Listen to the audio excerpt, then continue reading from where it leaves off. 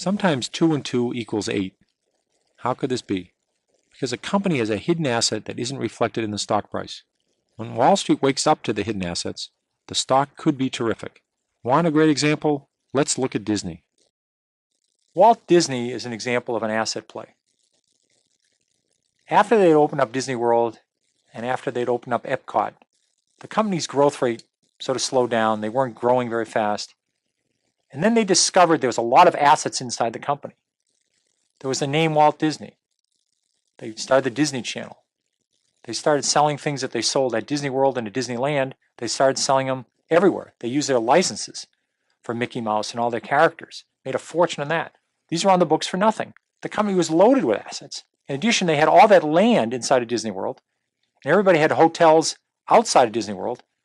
They decided to use their land inside to develop more parks, and then even have other companies come in. These companies paid their money to build inside of Epcot or inside of areas of Disney World. So what are hidden assets?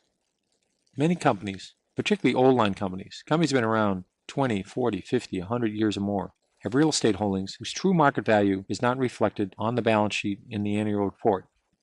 In many cases, the hidden asset is the company's name and its reputation. Disney is one example of a company with a great name. So is Coca-Cola. That name can be a huge asset when the company rolls out a new product. This name is carried at little or no value on the balance sheet, whereas it is incredibly valuable.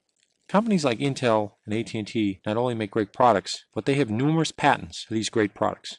As long as they have those patents, no one can make the exact same product. That's a tremendous aid in any business. Back in 1987, when the stock market had a major correction, Dreyfus fell to below its price of cash per share. Stock fell from over 50 to under 20. At that point, it was selling for less than its cash. Anytime you buy a stock at less than its cash after subtracting all debt and it has good business, you're getting something for nothing.